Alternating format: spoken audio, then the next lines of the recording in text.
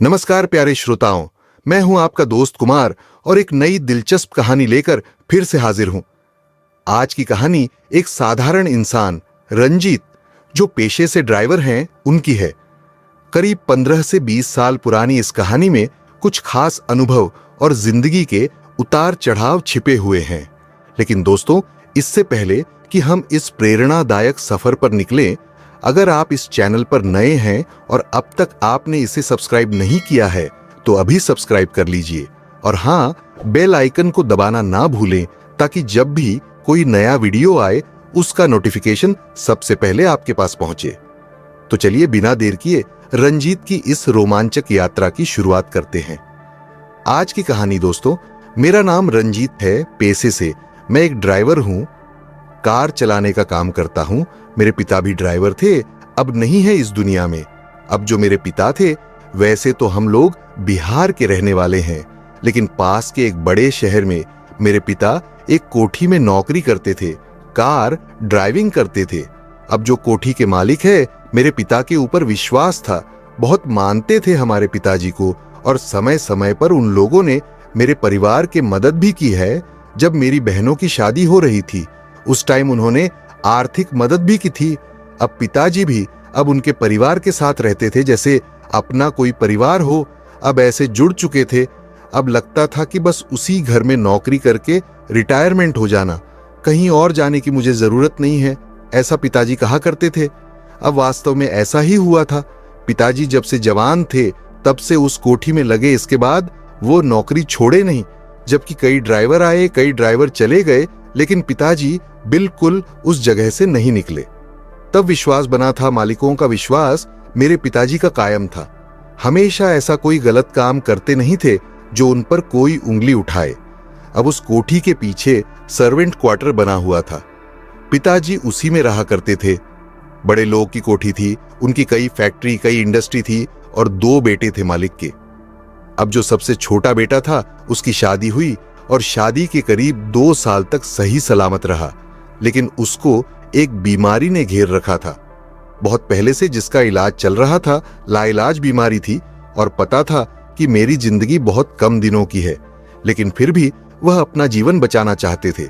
देश विदेश में इलाज भी कराए ताकि जिंदगी बच जाए। पैसा तो उन्होंने पानी की तरह बहाया। आखिरकार 2 साल के बाद अब वह चले गए थे इस दुनिया को छोड़ करके। अब जो उनकी पत्नी थी, छोटी मालकिन, अब तो उन पर जैसे वज्र गिर गया। वह एकदम सदमा सहन नहीं कर पाई थी, पागल की तरह हो चुकी थी। उनको यह विश्वास ही नहीं होता था कि उनके पति अब इस दुनिया में नहीं रहे। जो भी उनको समझाता और उनको समझाने की कोशिश करता, तो उल्टा उन पर वह चढ़ बैठती थी, डांटने लगती, फटकने लगती कि दोबारा ये बात मत बोलना, मेरे पति जिंदा थे, जिंदा है और जिंदा ही रहेंगे। जब तक मैं हूं इस दुनिया में, वह मेरे लिए कभी मर नहीं सकते। अब जो उस परिवार में जो लोग थे, आप समझ गए थे कि अभी थोड़ा सदमा लगा हुआ और धीरे धीरे सदमा उतरता जाएगा, और तब इनको एक्चुअल में अब सारी बात की जानकारी होगी। इनके पति हस्बैंड अब इस दुनिया में नहीं रहे, तब वो समझ पाएंगे। लेकिन वह समझने का नाम ले तब नब अपने पति के चिंता में डूबी रहती थी। जिस कमरे में वह लोग रहते थे और उसी कमरे में अपने आप को बंद रखती थी और दरवाजा बंद रहता था। दिन के टाइम में जब तक उनकी कोई जरूरत ना हो तब तक अपने कमरे से बाहर निकलती नहीं थी, पिताजी का यह कहना था। अब कई जो नौकर चाकर थे उस घर में, अब बड़ी फैमिली थी, बड़ा परिवार था, तो नौकर चाकर भी तो होंगे, तो कई नौकर चाकर। अब दरवाजे के अंदर से बड़बड़ाने की आवाज सुनाई पड़ती थी, जैसे किसी से वो बात कर रही हो, दिन के टाइम या रात के टाइम में। अब जो वहां काम करने वाले नौकर चाकर थे, अब वह दरवाजे के पास खड़े होकर सुनते कि भाई मैडम किससे बात कर रही है। इस कमरे में मैडम के अलावा तो कोई है नहीं। अब जैसे बात करती थी कि जैसे इंसान से बात कर रही हो। अब वो लोग डर जाते थे, लेकिन जो नौकर पुराने थे, जो जानते थे कि ऐसा हादसा हुआ है, उनके दिमागी संतुलन ठीक नहीं है, तो समझाते थे कि अरे भाई, डरने की जरूरत नहीं है, अब तुम लोग डरा मत करो। और वो बात बता देते थे कि मालिक माँ मालकिन को सदमा लगा हुआ है और वैसा ही वो करती है, तो यह डरने की जरूरत नहीं है, तुम लोग को आखिरकार जिंदगी चलती रही। धीरे धीरे साल 1.5 साल गुजर गया था। इसके बाद जो कमरे के अंदर में बंद रहती थी मेम साहब, अब वो धीरे धीरे बाहर निकलने लगी। किसी ड्राइवर को वो इस्तेमाल के लिए नहीं ले जाती थी, खुद ही ड्राइव करती थी अपना कार, और ज्यादातर शाम के टाइम अपने कोठी से निकलती थी और फिर आधी रात के बाद ही कोठी में आती थी। अब आने के बाद उनके पास कोठी का चाबी होता था, गेट भी खोलती और कार अंदर करती और फिर अपने कमरे में चली जाती थी। ना किसी को जगाना, ना किसी से बात करना, सीधा अपना कमरे में जाना और दरवाजा फटाक से बंद करना। फिर कुछ देर तक लगता था कि जैसे किसी इंसान उनके पास में हो, वो बातचीत कर रही हैं, और फिर वह सो जाती थी, ऐसा लगता था। हालांकि आज तक उनके कमरे में कोई जाने का साहस नहीं करता था। हर एक नौकर चाकर सब डरते थे, क्योंकि ना जाने कब उनको गुस्सा आ जाए, कब किन पर झड़प कर वो हमला कर दे। गुस्सा उनका इतना तेज था सब कोई, तो किसी का हिम्मत नहीं था अभी कुछ दिन के बाद में। अब वो जो परिवार के उनके लोग सदस्य थे जो उस घर में रहते थे, और उनका जो पति का बड़ा भाई, वो उनके सास ससुर, अब उनको समझाने की कोशिश करने लगे। जब उनको पता चला कि हमारी बहू शाम के टाइम निकलती है कार लेकर के और देर रात आधी रात के बाद घर लौटती है, तो आखिरकार वह पूछना चाहते थे कि बाहर कहाँ जाती है, क्या करती है, किनसे मिलती है, अब इतनी रात कहाँ गुजार के आती है। अब तो भाई पूछना तो फर्ज बनता ही है। अब वो पूछने जाते तो उन पर भी झगड़ा करने लगती। अब एक तरह से जो सास ससुर थे, उनके जो बड़े भाई थे, अब वो लोग अब थोड़ा मन में चिंतित हो गए कि मामला क्या है, कहाँ जा रही है, क्या कर। आखिरकार उनको अब एक जासूस लगाना पड़ा पीछा करने के लिए, ताकि पता कर सके कि जब निकलती हैं तो कहाँ कहाँ जाती हैं, क्या करती हैं, किनसे मिलती है और उनका इरादा क्या होता है। आप जानकारी सब लेना चाहते थे। जासूस लग गया, पीछा करने लगा। जब वह निकलती थी उनके पीछे लग जाता था अपनी गाड़ी से, और कुछ दिनों तक ऐसे ही पीछा कर रहा। अब फिर आकर के अब उस कोठी के मालिक को अपना रिपोर्ट दिया, और जब रिपोर्ट बताया उसने तो घर के परिवार के लोग सब हिल चुके थे, डर गए थे। अब क्या, उसने कहा वो तो मैं आगे चल के बताऊंगा। अब इसके बाद में कुछ ही महीनों के बाद जो उनके पति के बड़े भाई थे, अब घर अपना छोड़ दिए, अपने पत्नी को वहां से हटा दिए, खुद भी हट गए, अपने बच्चों को भी हटा दिए और दूसरी कोठी में वो शिफ्ट हो गए थे। अब उस घर में सिर्फ सास ससुर रहते अब, लेकिन कुछ दिनों के बाद वह लोग भी अब वहां से हट गए। अब एक तरह से जो कोठी थी, पुरानी कोठी थी, उनकी खानदानी कोठी थी मालिक की, अब उस कोठी में सिर्फ वही मेम साहब और कुछ नौकर जाकर रह गए थे। बाकी नौकर जान बचाकर निकल गए। अब जो बड़े मालिक थे उनके घर चले गए, और जो इनके पति के बड़े भाई थे उनके घर में चले गए। मेरे पापा को जानबूझ करके मालिकों ने उसी जगह पर रखा था कि आप यहीं पर रहो और इस पर नजर रखो, इसको जरा देखते रहना मालिक, सब कुछ मेरे पापा को बता करके, और तब उस जगह को छोड़ के गए थे। अब इसके बाद बाबा की जिम्मेवारी थी अब मालकिन को देखना कि आखिर इस घर में क्या चल रहा है, कहाँ जाती हैं, क्या करती हैं। अब बाहर तो जाकर पीछा नहीं कर सकते, पापा तो मेरे कोई जासूस नहीं थे, लेकिन घर के अंदर में जो कुछ होता तो जरूर जानकारी रखते और बड़े मालिक को बताया करते थे। अब इस तरह चलता रहा कुछ महीनों तक। अब 1 साल तक ऐसे ही चला। पापा बताते हैं कोई घर के अंदर में जब वो आती थी रात के टाइम में, या हो सकता था कि 10 बजे आ जाए, 11 बजे आ जाए, 9 बजे आ जाए, कोई टाइम टेबल का मालूम नहीं होता था। किसी से बोलती चालती नहीं थी। जो भी नौकर होता था, किचन खुला होता था, अगर उनका खाने का मन होता था तो किचन में चली जाती थी, अपने आप खाना निकालना, खाना लेकर के और अपने कमरे में। इसके बाद दरवाजा बंद, और फिर वो दरवाजा सुबह ही खुलता था, वो भी 8 बजे का, 9 बजे, कभी 10 बजे सुबह में। अब पापा हर चीज का घर के अंदर में निगरानी करते रहते थे, जैसा बड़े मालिक ने बताया था। अब बदले में अच्छा खासा पैसा भी पापा को मिल रहा था। आप जो घर के नौकर चाकर थे, जो बड़े मालिक थे, वह तो जो जितनी उनकी जरूरत थी वो तो ले गए, लेकिन अब उस घर में नौकर चाकर की खास जरूरत थी नहीं। तो अब वही मेम साहब, उनको लगा कि अब इस घर में किसी नौकर की जरूरत नहीं है, अब सबको हटा दिया जाए। बस ऐसा ही उसने किया। छोटे मालकिन ने जो 1-2 नौकर नौकरानी उस घर में रहते थे, काम करते थे, और उनको भी छुट्टी कर दिया। ऐसा एक काम वाली को उन्होंने रख लिया कि जो दिन के टाइम में 2-3 घंटा लगाए, साफ सफाई करे और जो कुछ बनाना खाने पीने का हो बनाए, और फिर शाम के टाइम अपने घर चली जाए। ऐसा उन्होंने अब अलग से प्रबंध कर दिया था। हर एक बात मेरे पिताजी बड़े मालिक को बताया करते थे।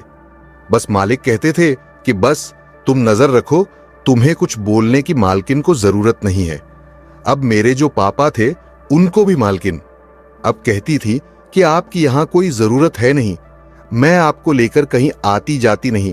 तब वह उनसे गुजारिश करते थे, देखिए मालकिन, मेरी जो उम्र है इसी जगह पर अब सारी खत्म होने जा रही है, तो अब इस उम्र में मैं दूसरी जगह कहां जाऊंगा? आप मुझे यहीं पर नौकरी करने दीजिए। जब आपकी इच्छा हो, आपको लेकर चलना हो, तो मैं आपके लिए तैयार ही हूं।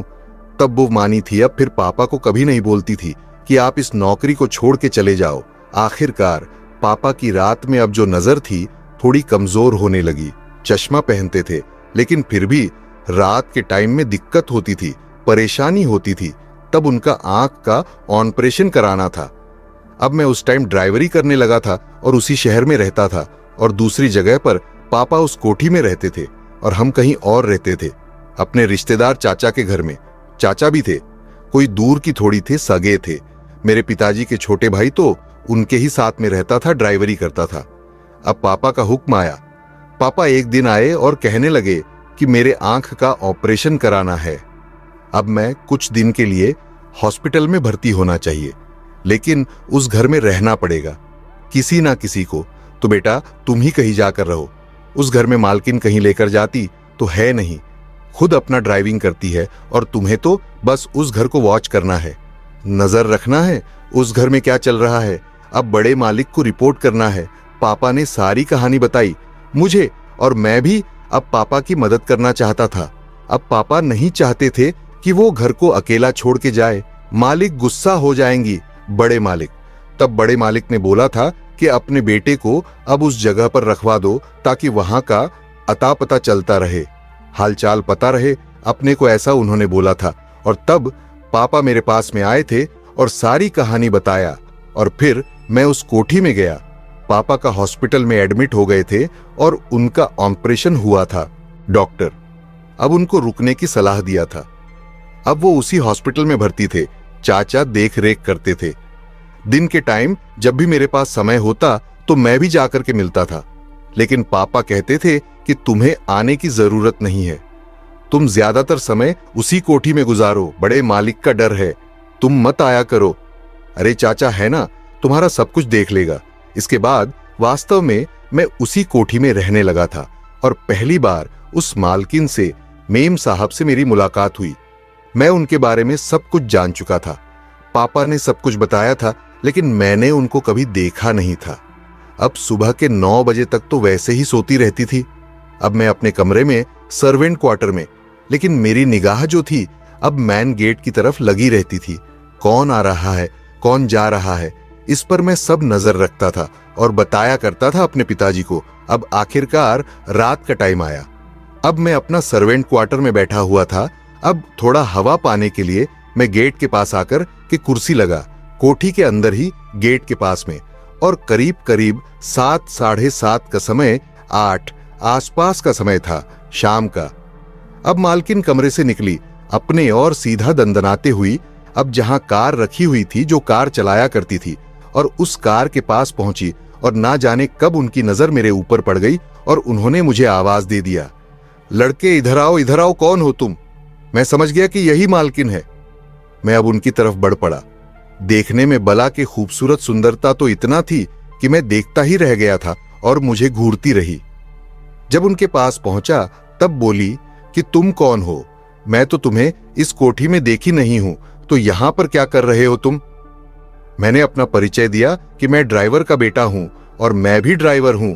मेरे पापा ने अब अपनी जगह यहां पर मेरी ड्यूटी लगाई है। उनका आंख का ऑपरेशन हुआ है, हॉस्पिटल में भर्ती है। तब वो लंबी सांस ली, बोली, अब तबीयत उनकी ठीक है ना? मैंने बोला, हाँ जी बिल्कुल ठीक है।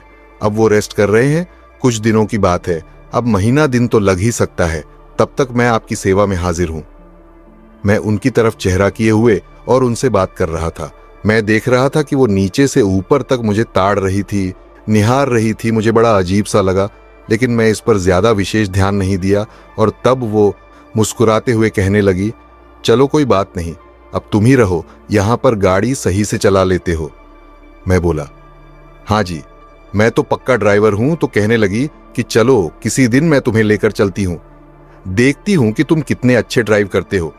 इसके बाद गाड़ी अपना स्टार्ट करी और गेट से बाहर मैं बस देखता ही रह गया था। वास्तव में जितनी सुंदर मेरे को लगी थी ना कि मैं भूल नहीं सकता था। इतनी खूबसूरत महिला थी, आज लगता ही नहीं था कि उनकी शादी हुई। कपड़े बड़े ढंग के पहने हुए, अब तो मैं जैसे उनके सुंदरता में खोसा गया था। अब बड़ा अलग अनुभूति उनसे बातचीत करके हुआ था। मैं मोहित सा हो गया था उनकी तरफ देख करके। अब इसके बाद मेरे पास में काम तो होता नहीं था। दोपहर में वही मेड आया करती थी, झाड़ू पोछा सारा कुछ करना, और कुछ मैडम जो कहती मेम साहब वो बना के उनको दे देती, और मेरे लिए भी। अब तो मेरे पास में कोई विशेष काम नहीं होता था, तो मैं अपने कमरे में बैठा किताबें, समाचार पत्र यही सब पढ़ता रहता था। टाइम पास होता रहता था। अब रात को करीब, आज जब मैं मेम साहब जब रात को लौटती थी ना, तो किसी को मुझे भी आवाज नहीं देती थी कि गेट खोलो। उनके पास में चाबी हुआ करती थी, वह खुद ही गेट खोल लेती थी, अंदर आती थी, कार पार्किंग करती थी और सीधा अपने कमरे में किचन में उनके लिए खाना रखा होता था। आकर मूड हुआ तो खाना खा लिया, और नहीं तो कमरे में चली जाती थी। और उस रात भी ऐसा ही हुआ था। मैं अपने सर्वेंट क्वार्टर में था और सोने की कोशिश कर रहा था। 11 से ऊपर का टाइम हो गया था। नींद नहीं आ रही थी, ना जाने मन में अलग से बेचैनी हुई पड़ी थी। देखते देखते रात के 12 बज गए।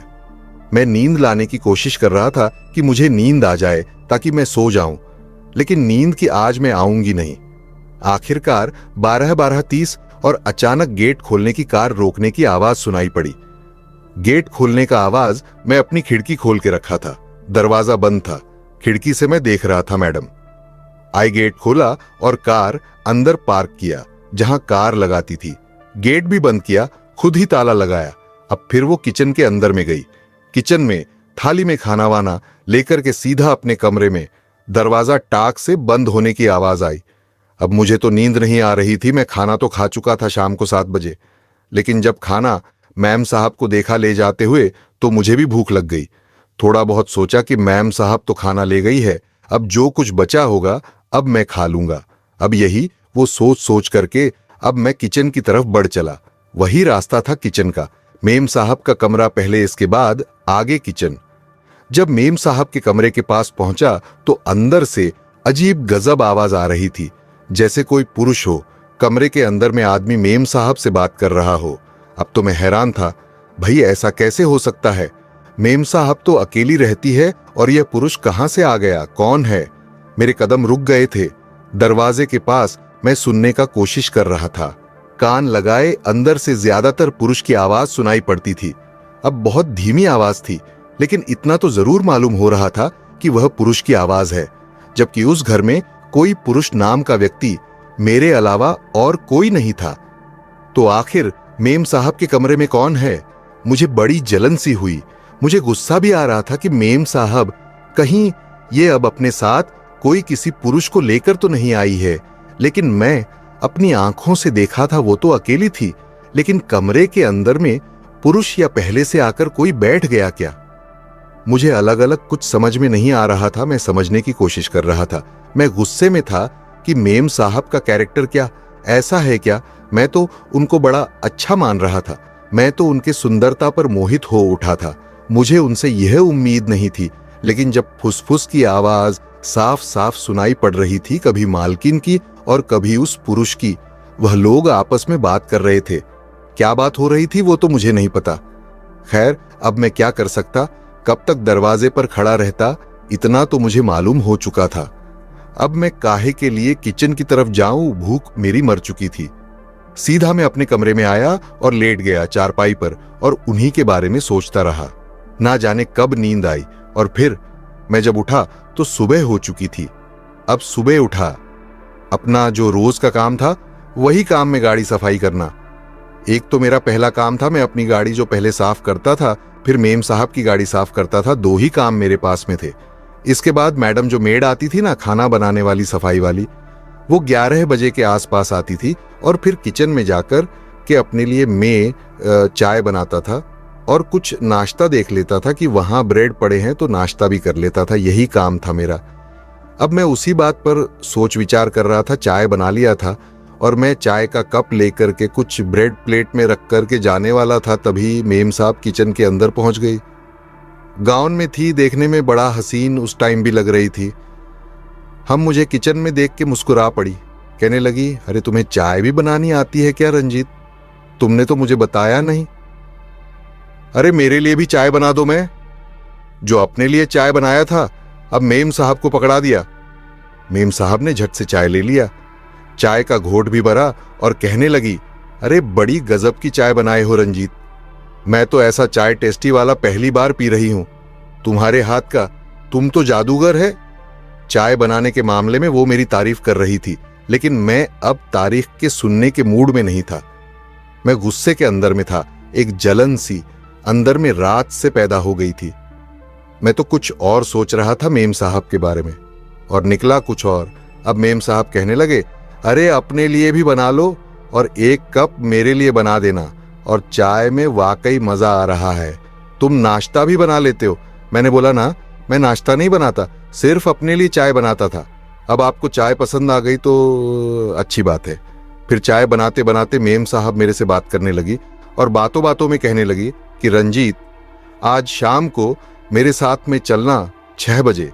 हमें एक लंबी यात्रा पर जाना है, तो तुम तैयार रहना। आप लौटने में हो सकता है सुबह भी हो जाए, तो अपनी तरफ से तुम तैयार रहना। चाय बना चुका था, मैं अपने लिए भी निकाल लिया और मेम साहब के लिए। अब मेम साहब चाहे तो पहला कप पी चुकी थी और दूसरा कप भी लेकर के आओ। इठलाती हुई अपने कमरे में चले गए। दरवाजा बंद हो चुका था। मैं अपना कप उठाया और भुनभुनाते हुए मैं अपने सरपेंट क्वार्टर में, चाय का मजा ही कुछ बिगड़ चुका था। आखिरकार आपने सोच लिया कि भाई नौकरी करनी है तो काम तो करना ही पड़ेगा। मेम साहब का ऑर्डर है तो इसके लिए तो मुझे तैयार रहना ही पड़ेगा। आखिरकार मैं दिन में सो लेना चाहता था, ताकि जैसे मैडम मेम साहब बता रही थी कि हमें रात में सफर करना है और लौटते टाइम सुबह भी हो सकती है, तो उसके लिए अपने आप को मैं तैयार कर रहा था, नींद पूरा कर रहा था। आखिरकार 6 बजे में शाम को उठा और सीधा किचन में चाय पीने का शौकीन था। मैं किचन में जाकर चाय बनाने लगा। मेम साहब का दरवाजा देखा, बंद था। चाय बनाकर के आज जब मैं उस दरवाजे से गुजरने लगा, तब मेम साहब की आवाज सुनाई पड़ी। वह मुझे आवाज लगा रही थी, रंजीत, रंजीत तुम हो क्या बाहर? मैंने बोला, हां जी मैं हूं। रंजीत अंदर आओ। मैं फंस गया। आज तक मेम साहब पिताजी बताया करते थे कि उस कमरे में किसी को नहीं बुलाती थी, और वह पहली बार मुझे उस कमरे के अंदर बुला रही थी। तो अजीब सा एक नई बात थी। मैं दरवाजे पर रुका रहा और आवाज दोबारा लगाई, रंजीत, रंजीत तुम हो, दरवाजे पर अंदर आ जाओ ना, किसका इंतजार कर रहे हो? आखिरकार मैं दरवाजा धकेला। हाथ में कप पकड़े हुए था, और जैसे ही कप उन्होंने देखा, अरे वाह, मेरे लिए चाय लेकर आए हो तो तुम्हें आवाज लगाना चाहिए था ना। मैम साहब चाय बना चुका हूं। अब मैं क्या बोलूं कि चाय तो अपने लिए बनाया था। अब फिर मैंने मैम साहब को आप अंदर कमरे में गया देखा। बड़ा सा कमरा था, अंदर रोशनी बहुत कम थी और मैम साहब सोफे बैठी हुई थी। गाउन में अभी भी बड़ी खूबसूरत लग रही थी। कम रोशनी में भी अब चेहरा उनका मैं अच्छी तरह से देख रहा था। अब मैं उनके सोफे के पास पहुंचा, चाय का कप और पकड़ा दिया। चाय का कप उन्होंने पकड़ लिया और फिर मेरी तरफ देखने लगे। फिर वही नीचे से ऊपर तक, जैसे बकरा हलाल करने का इरादा हो। पहले हलाल करने से पहले तोलना चाहती हो कि इसमें कितना मांस है। मुझे तो ऐसा ही लगा था। आखिरकार चाय का घूंट भरा और कहने लगी, आज तुम तैयार हो ना, मैं जो बोली थी? मैंने बोला, हाँ मैडम। बोले, ठीक है, मैं तुम्हें आवाज दूंगी और इसके बाद तुम आ जाना। अब जाओ। अब मैं निकला कमरे से। अब तो चाय का मजा ही बेकार हो चुका था, लेकिन चाय तो मेरी आदत थी। इसके बगैर मुझे लगता था कि मैं कुछ बोल रहा हूं, और ना चाहते हुए फिर मैं किचन की तरफ, किचन में जाकर चाय बनाया। फिर चाय लेकर के अपने सर्वेंट की तरफ जाने लगा।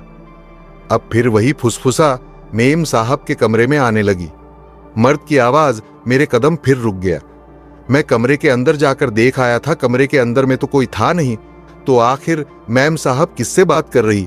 सही मायने में मुझे कुछ समझ में नहीं आ रहा था कि क्या खेल चल रहा है। मेम साहब किससे बात करती हैं? अंदर तो पुरुष नाम का कोई चीज था ही नहीं। अभी तो कुछ ही देर पहले इस कमरे से मैं निकल के गया हूं, तो आखिर ये माजरा क्या है? तब तक मेम साहब को जैसा लगा कि सोफे से उठ करके और खड़ी हो गई। अब मुझे लगा कि मुझसे प्रेरणा नहीं चाहिए। अब फिर मैं तेज चलते हुए अपने सर्वेंट क्वार्टर में पहुंच गया। दिल थाम सबका दरवाजा खुला और वो फिर चली गई थी। किचन साइड में ना जाने किचन के अंदर में क्या कर रही थी। मैं तो अपने सर्वेंट क्वार्टर में था। खिड़की खुली हुई थी। अब मैं देख रहा था चाय पीते हुए। करीब आधा घंटा के बाद वो वापस लौटी। अब उनके हाथ में प्लेट था, शायद कुछ बनाई थी अपने लिए। अब प्लेट ढका हुआ था, मैं देख नहीं पाया। अब फिर दरवाजा वो बंद हो चुका था। मैं अब इस औरत के बारे में जानना चाहता था कि आखिर ये कैसी औरत है और किस इंसान से बात करती है। समझ में नहीं आ रहा था, लेकिन मैं जानना तो चाहता था। लेकिन अब बताने वाला कोई नहीं था। इस जगह पर जो जानकारी मेरे पिता दे सकते थे वह तो पहले ही दे चुके थे। अब उनके पास विशेष कोई जानकारी थी नहीं थी। आखिरकार वह टाइम भी आ गया जब मेम साहब को ले जाना था। करीब 7 बजे मैम साहब ने आवाज लगाया, रंजीत, आ जाओ, हम चलते हैं। इसके बाद मैं तो तैयार ही था, कार में आ गया और मैम साहब बैठ चुकी थी आगे वाली सीट पर। और फिर मैं कार स्टार्ट किया। पहले तो मेरी ड्राइव को जज करती रही, देखती रही। जब उनको लग गया कि मैं सही ड्राइव कर रहा हूं, तब वो निश्चित सीट टेक करके माथे पर हाथ चिपका करके बैठ गई थी। अब उनको अब लगने लगा था कि मैं अच्छा ड्राइवर हूं, अब मैं कहीं नुकसान नहीं करूंगा। अब उनका बिल्कुल पता चल चुका था। अब उनके बताए हुए रास्ते पर मैं सफर कर रहा था। रात के करीब 11:30 पर उनके बताए हुए स्थान पर पहुंचा।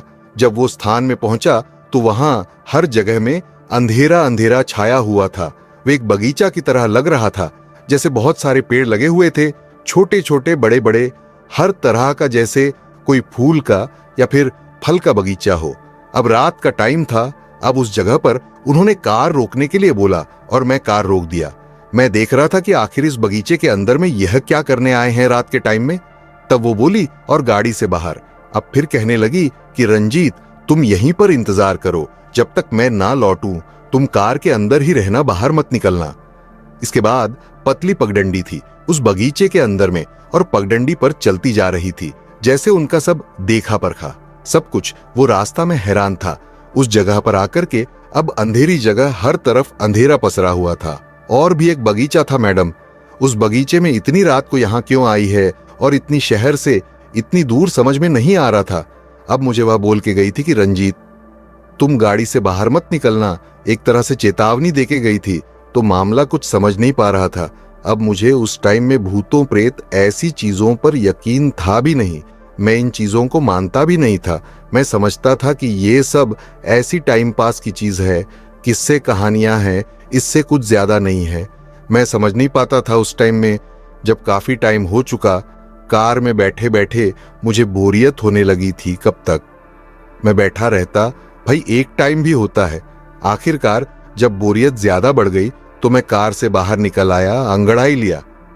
अब फिर मैं देखने लगा पगडंडी की तरफ। पगडंडी लंबी थी, दूर तक मुझे दिखाई दे रही थी और दोनों साइड में बगीचा, छोटे फल के पेड़, फूलों के पेड़ ऐसे लगे हुए थे जिधर मेम साहब गई थी। मैं अब उसी पगडंडी पर आगे बढ़ने लगा। मैं जानना चाहता था कि हमारी मैडम कहाँ गई है, किससे मिलने गई है, क्या कर रही होगी इस टाइम। अब अंदर एक गुस्सा भी था, एक जलन भी थी। अब इसके बाद उसी पगडंडी पर बढ़ता हुआ मैं चलता जा रहा था। कुछ दूर चलने के बाद अब मुझे एक जगह पर रोशनी दिखाई दिया। मैं देखा कि बगीचा के बीचों बीच एक कमरा बना हुआ है। अब उस कमरे के अंदर से अब रोशनी आ रही थी। अब मुझे अब पता चल चुका था कि मैडम इसी कमरे के अंदर में आई थी। तो आखिर इस कमरे के अंदर में कौन रहता है जिससे मिलने के लिए मैडम इतनी दूर, इतनी लंबी सफर करके इस जगह पर पहुंचे हैं? कौन हो सकता है? अब तो मैं जानना चाहता था जिसके लिए मैडम इतनी लंबी दूरी तय करा के यहां पहुंची। और कौन है? बगैर जाने तो मैं यहां से जाने वाला नहीं था। दबे पांव, छिप छिप के और उस कमरे के पास पहुंच गया। कमरे का दरवाजा जो सामने का था वो तो बंद था। एक बगल की खिड़की थी, वो भी बंद थी। एक पीछे में खिड़की थी, उसमें पर्दा लगा हुआ था, एक रंगीन पर्दा, और अंदर रोशनी थी। मैं कोशिश किया तो पर्दे से अब मैं झांक सकता था और वही मैं झांकना शुरू कर दिया। जब मैं पहली नजर पड़ी उस कमरे में तो मैं देख करके हैरान था। वह हमारी मैडम कमरे के बीचों बीच आलथी पालती मारे बैठी हुई थी। सामने में उनका पूजा पाठ का सामान रखा हुआ था और बगल में एक तांत्रिक जैसा बूढ़ा व्यक्ति बैठा हुआ था। कोई पूजा अनुष्ठान उस जगह पर चल रहा था। मंदिर के जो मेमसाब थी और जो पूजा का सामान रखा हुआ था और उसी के पास में बैठी हुई थी, हाथ जोड़े हुए थी और उनके ललाट पर अब लाल रंग जैसा कुछ चिपका हुआ था, जैसे सिंदूर हो या फिर कोई लाल रंग हो। अब देख करके भी बड़ा अजीब लग रही थी वो। मुझे तो झुरझुरी ले लिया था पूरे शरीर में। वह माथे पर उनका लाल रंग छपटा हुआ था।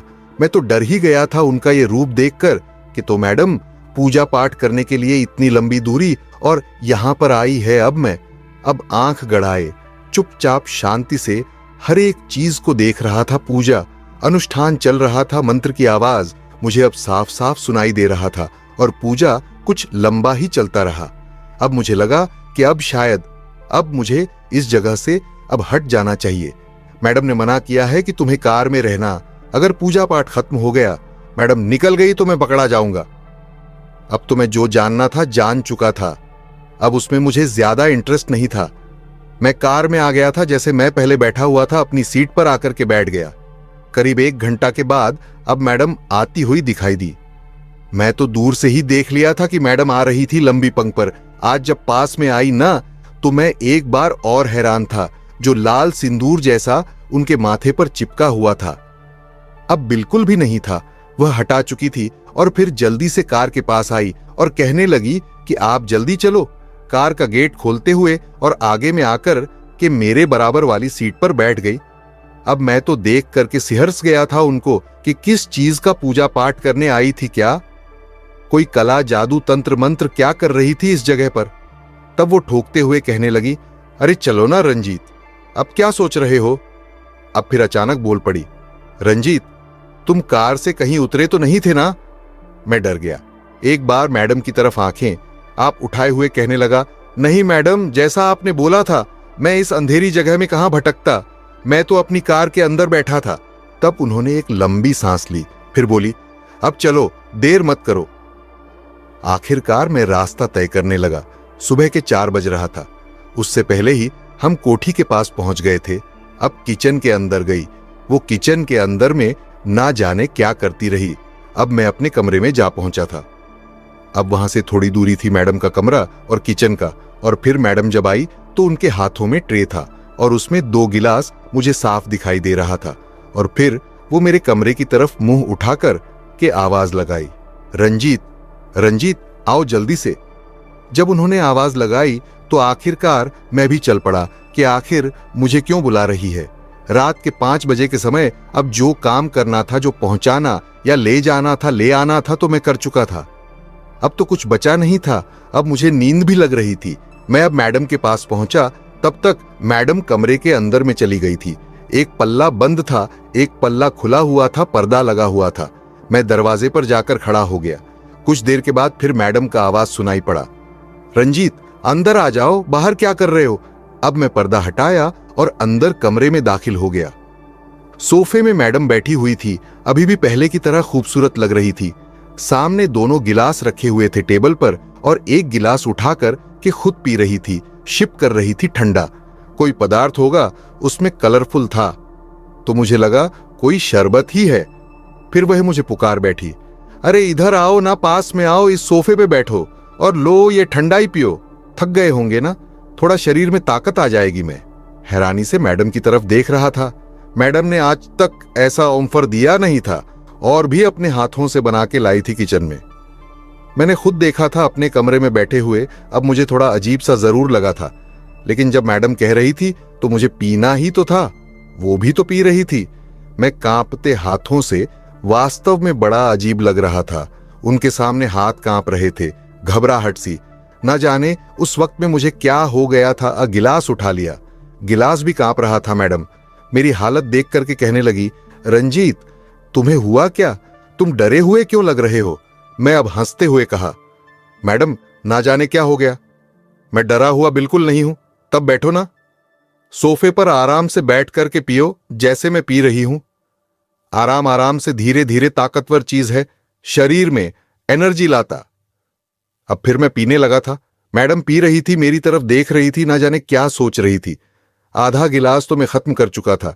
अब इसके बाद जैसे लगा कि शरीर में तो वाकई ताकत आती जा रही है, शरीर जैसे फैलता हो तरह मेरा होता जा रहा है, ऐसा मुझे महसूस हुआ था। शरबत को पीते हुए, आधा गिलास पीते हुए शरीर में असीम बल का अनुभव हो रहा, ताकत आ रही थी। मुझे ऐसा लगने लगा आंखें अब थोड़ा भारी भारी होने लगी थी। मैडम की तरफ देख रहा था कि अचानक मुझे क्या हो रहा है। शायद मैडम को एहसास हो गया था और वो मेरी तरफ देख कर के मुस्कुरा रही थी। मैं मुस्कुराहट का अर्थ समझ नहीं पा रहा था कि आखिर मुझे देख कर के क्यों मुस्कुरा रही है, और आखिरकार मेरी आंख अब धीरे धीरे भारी होती गई। फिर मेरी आंख कब बंद हो गई मुझे पता ही नहीं लगा। जब मेरी आंख खुली ना तो मैं अपने सर्वेंट क्वार्टर में अपने चारपाई पर सुबह के 9 बज रहे थे।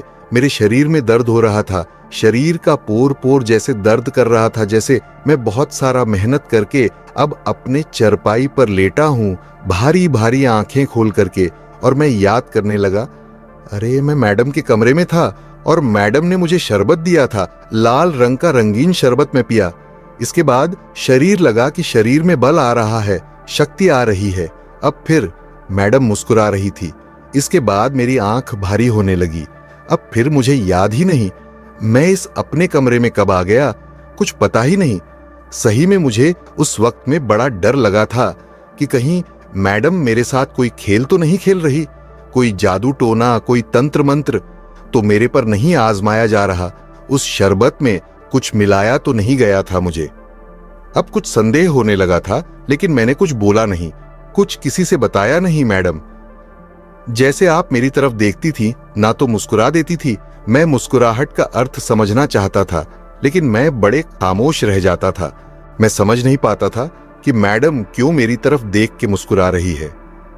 मुस्कान का अर्थ क्या अर्थ है, लेकिन मैं उस कड़ी को जोड़ने की कोशिश करता, रात वाली से लेकर के कि आखिर उस रात में क्या हुआ होगा जो मुझे याद नहीं है।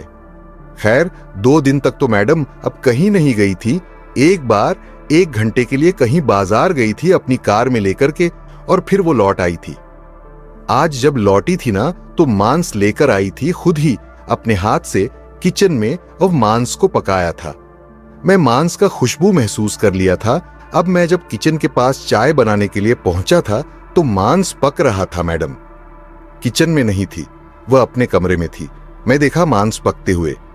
इसके बाद मैं चाय बनाने लगा कि अपने लिए चाय बना लूं, और मीठा रखी थी, पक रहा था और मैं उस जगह पर चाय बना रहा था।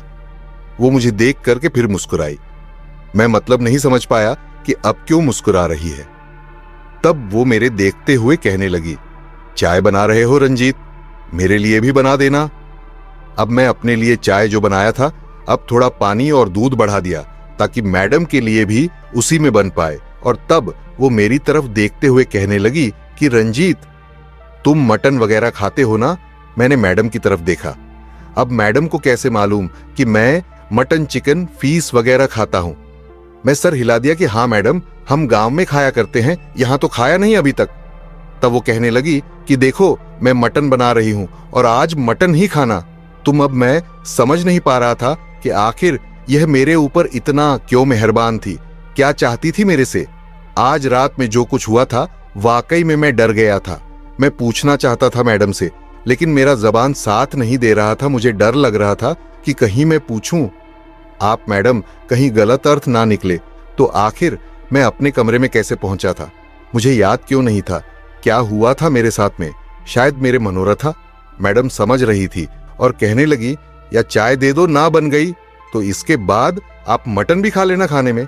आप मेरे हाथ का बनाया हूं मटन खा के देखो मैं कैसा बनाई हूं।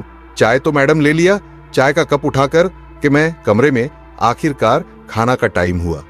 अब मैडम अपना खाना तो निकाल के अपने कमरे में चली गई थी। मेरा जो खाना था अब वहीं पर था। दिन के टाइम जो आती थी मैडम, और वो कुछ ज्यादा ही खाना बना देती थी मेरे लिए। यह कि मैडम का कोई भरोसा तो होता नहीं था, खाना खाएगी कि नहीं खाएगी खाना होता था।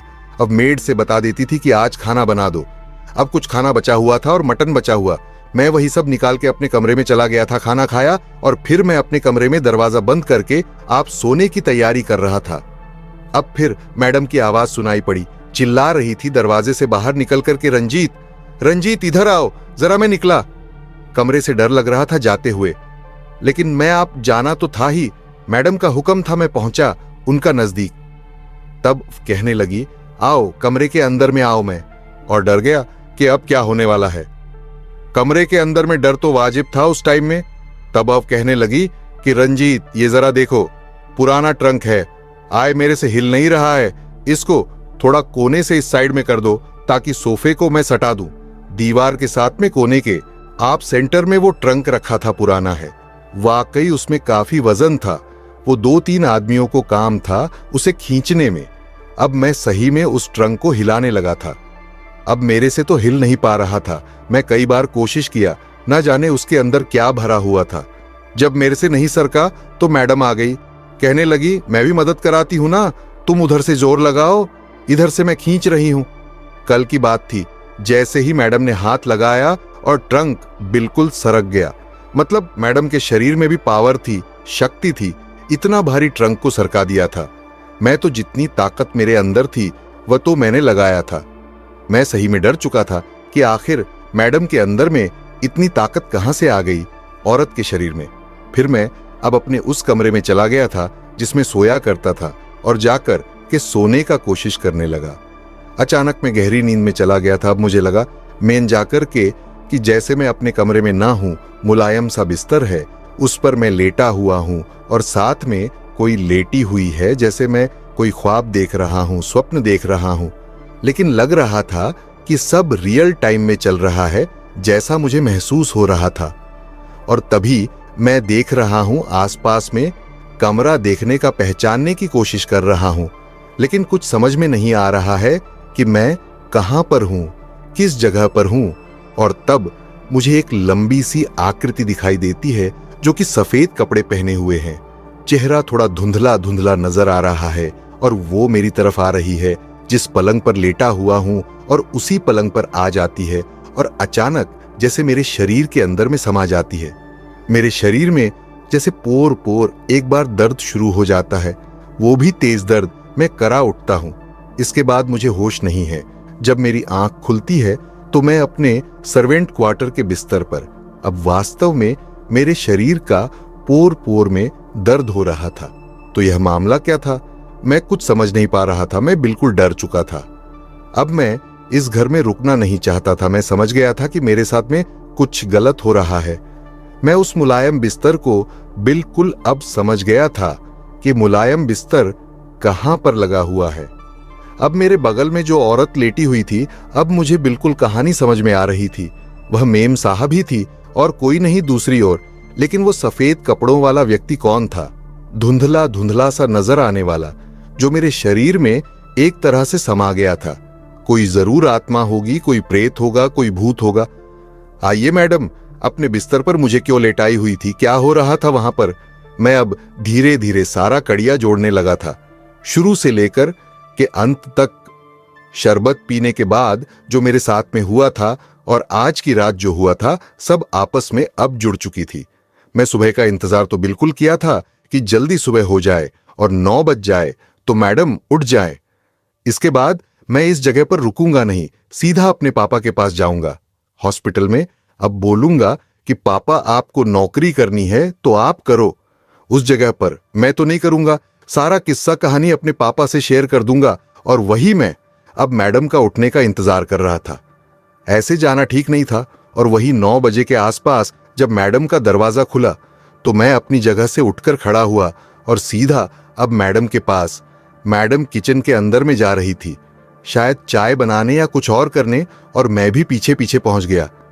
तब वो मुस्कुरा के कहने लगी कि चाय तो बना दो मेरे लिए। अपने लिए भी मैंने नजर उनसे मिलाया नहीं। मैं जानता था कि उनकी तरफ देखूंगा तो मेरा इरादा हो सकता है बदल जाए। मैं देखना भी नहीं चाहता था मैडम की तरफ। मैं नजर नीचे झुकाए हुए अब मैडम से कहने लगा कि मैडम, मुझे अब अपने घर जाना है। आप में जो मेरे पिता हैं अब उस जगह पर आएंगे। जैसे ही मैं अपनी पूरी बात पूरा किया, मैडम एकदम गुस्से में हो गई। कहने लगी, खबरदार, तुम जा नहीं सकते, तुम्हें यही रुकना है, तुम बिल्कुल नहीं जाओगे। अब तुम अपने पिता की जगह अब यहां नौकरी करोगे। मैं तुम्हारी तनख्वाह डबल कर दूंगी, ट्रिपल कर दूंगी, लेकिन जाना नहीं है। गुस्सा होने लगी थी, जैसे लगा कि उन पर कोई दौरा पड़ चुका है। बाल नोचने लगी मैं। आप उस जगह पर उनका यह रूप देख करके तो और डर चुका था, पागलों वाली हालत कर लिए थे। गुस्से में बड़बड़ा रही थी, बाल नोच रही थी, और वही मौका था कि मैं वहां से भाग निकला था। बाहर निकला, दरवाजा बंद कर दिया, मेन गेट, और सीधा अपने पापा के पास में। पापा अब स्वस्थ हो गए थे, अब बिल्कुल उनके आंख से नजर आ रहा था। ऑपरेशन सही हो चुका था। अब जब मैं पूरा कहानी बताया तो वो भी चौंक गए थे। कहने लगे, ठीक रंजीत, अब तुम्हें उस कोठी में जाने की जरूरत नहीं है। अब मैं देखता हूं उस औरत को, वो मेरे साथ में क्या कोई खेल खेलेगी क्या? मैं तो बुजुर्ग व्यक्ति हूं, अब मालिक का, बड़े मालिक का हुक्म है, तो मैं तो मना भी नहीं करूंगा कि उस जगह पर नहीं जाना है। और आखिरकार पिताजी उस जगह पर पहुंच गए थे मेरे बाद में, और इसके बाद उन्होंने जो बताया था बिल्कुल नॉर्मल बात हो गई थी। अब जो उनका पागलपन का दौरा था बिल्कुल शांत हो गया था, और रात को जरूर निकलती थी रात को। अब मुझे मालूम था कि वह कहां जाती है। वह उसी बगीचे में जाती होगी जहां पर तंत्र साधना करती थी। अब मैं सारा कड़िया जोड़ चुका था। मुझे अब जो कुछ पता लगा था, जो कुछ मैं थोड़ा बहुत इंक्वायरी किया था, वह जो उनका पति था जो मर चुका था, वो उसकी आत्मा को अब बुला रही थी। वो बिल्कुल नहीं चाहती थी कि अपने पति से दूर रहे, और वो तंत्र मंत्र का सारा प्रयोग कर रही थी उस तांत्रिक के पास जाकर के। और रात में जो फुसफुसाना मेरे शरीर में प्रवेश करके और अपने पति के पत्नी के साथ हम बस्तर हुए थे, मैं सब कुछ जान चुका था। आज जब पूरी कड़िया जुड़ चुकी थी, सब कुछ जान गया था ना, तो मुझे तो बहुत डर लगा था। मैं तो ऐसी घटना किसी कहानी में पढ़ा करता था, मुझे तो यह सब जानकारी भी नहीं थी कि इस दुनिया में ऐसा भी होता है। भूत प्रेत का अस्तित्व है, आत्मा भी होते हैं। लेकिन जब मेरे ऊपर बीती तब मुझे मालूम हुआ कि हाँ, इस दुनिया में तंत्र मंत्र भी चलता है, भूत प्रेत भी होते हैं, सब कुछ होता है। तो दोस्तों, यह थी आज की कहानी रंजीत जी की। अगर आपके पास भी ऐसी कोई घटना है जो आप मुझे बताना चाहते हैं, तो आप मुझे इग्रा पर भेज सकते हैं।